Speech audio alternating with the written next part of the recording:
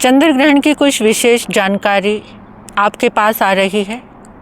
ज़रा गौर करके सुनना कि इसमें हमें क्या सावधानी रखनी है और हमारे जीवन के लिए ये कितना ज़रूरी हो सकता है।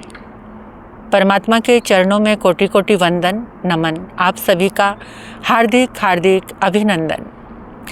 इस धरती पर खगोलीय भूगोलीय घटनाएं अनादि से घटती चली आ रही हैं और इस सन 2026 में 3 मार्च को आने वाला चंद्र ग्रहण इस पूरी दुनिया के लिए क्या कर सकता है और उसमें क्या सावधानियां रखनी चाहिए, इसके लिए आपको विशेष सावधान रहने की हम सबको आवश्यकता है।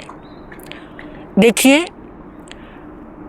23 फरवरी से लेकर 2 अप्रैल तक एक ऐसा योग घटित होने जा रहा है जिसे अंगारक योग कहते हैं। अब आप कहेंगे कि अंगारक योग क्या है? अंगारक योग उसको कहते हैं जिसमें मंगल और राहु एक साथ बैठते हैं और वो भी कुंभ राशि में आकर बैठ रहे हैं।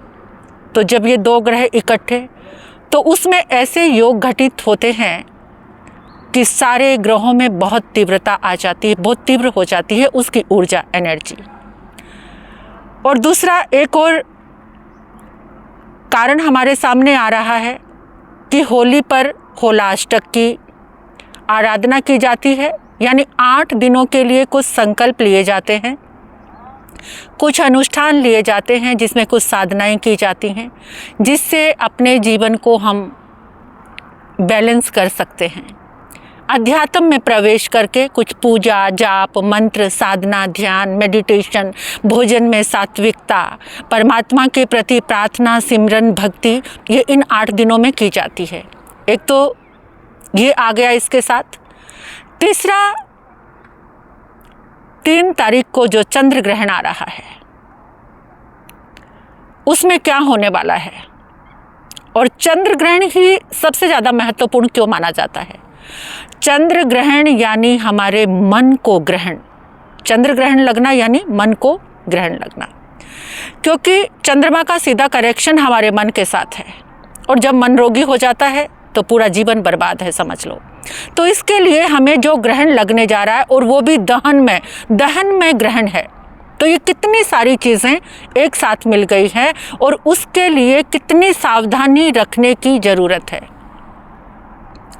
उसमें ये जो 1 महीने की अवधि है, इसमें कुछ अप्रिय घटनाएं घटने का योग है।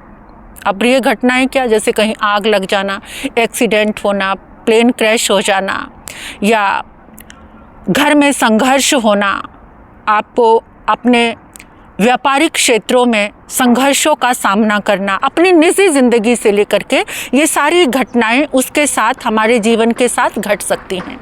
लेकिन अगर सावधान रहा जाए ना और पुरुषार्थ किया जाए तो हम इसमें विजय प्राप्त कर सकते हैं। इंसान से कोई भी चीज़ दूर नहीं है कि जिसमें वो विजय प्राप्त नहीं कर सकता। तो महत्वपूर्ण है कि इन 8 दिनों में होलाष्टक जिसको हम कहते हैं, उन 8 दिनों में धैर्य की साधना करें। आपके भीतर में धैर्य की साधना होगी तो मन आपका स्वस्थ रहेगा, अच्छा रहेगा। और जब मन स्वस्थ रहेगा तो आप कहीं से भी अपने आप को बचा सकते हैं, किसी भी दुविधा से अपने आप को आप बचा सकते हैं। तो इसके लिए ये साधना और वो शरण है सिर्फ परमात्मा की ही। अध्यात्म में ही प्रवेश करके आप इन चीज़ों पर विजय पा सकते हैं, उसके लिए ये बहुत बड़ा पुरुषार्थ है। तो आने वाली 3 तारीख को, जैसे जिसको हम अपने ज्योतिष विज्ञान के अनुसार सूतक का योग कहते हैं।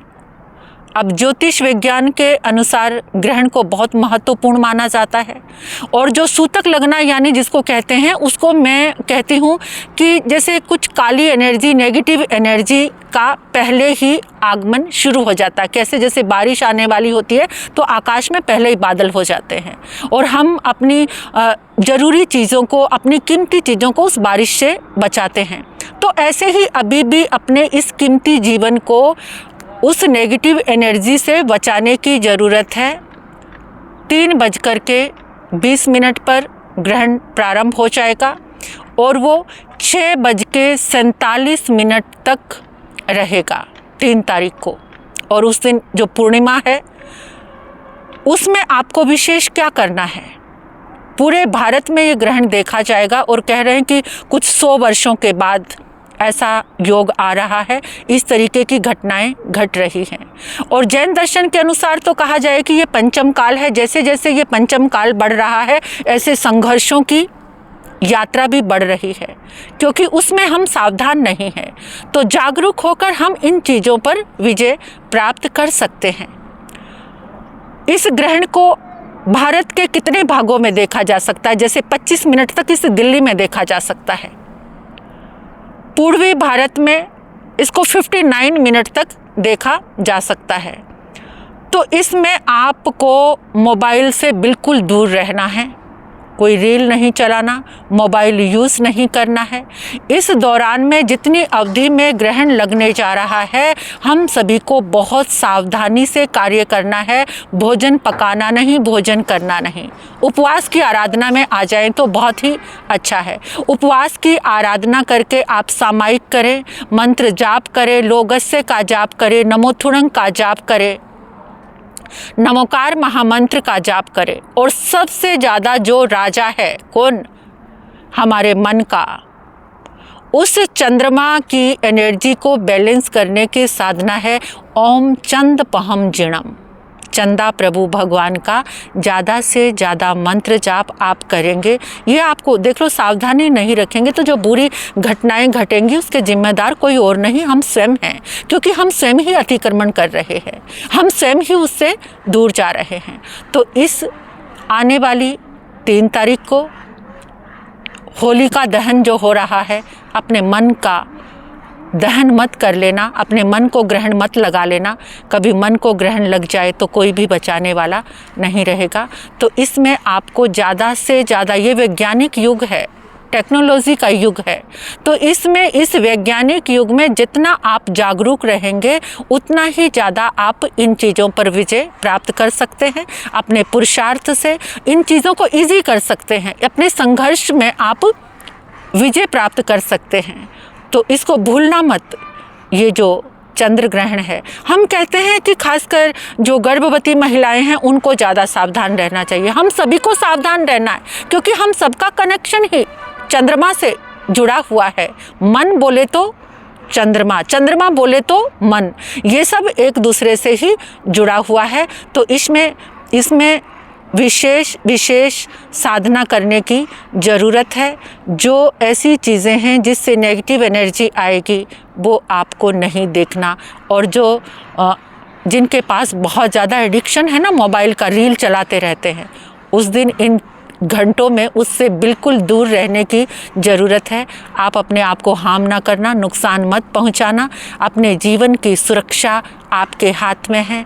तो ज़्यादा से ज़्यादा परमात्मा की आराधना करना, मंत्र जाप करना, साधना करना। ये पूर्णिमा जिसको हम कहते हैं कि ये सुखदायी होती है, और इस चंद्र ग्रहण के साथ ये बहुत ख़तरनाक भी हो चुकी है। अगर आप सावधानी रखेंगे तो आप सुखी रह सकते हैं। इसी के साथ आप सभी का भला हो, कल्याण हो, मंगल हो। और एक बात और कहना चाहती हूँ कि जो ये होली, मतलब जिन शासन में, जैन धर्म में होली चातुर्मास कहते हैं, जितने भी जैन साधक साधिकाएं होती हैं, साधु होते हैं, श्रावक श्राविकाएं होते हैं, तेले व्रत की साधना करते हैं। और जो तेले व्रत की साधना करते हैं, चाहे वो एकाशने का तेला करे, आइम्बिल का करे, उपवास का करे, यानी जितना सात्विकता से जीवन जीते हैं, तो उसमें जीवन की सुरक्षा होती है, परिवार की सुरक्षा होती है, और जो हमारी आत्म शक्ति उसका जागरण होता है। तो सभी को इस ओर ध्यान देने की ज़रूरत है।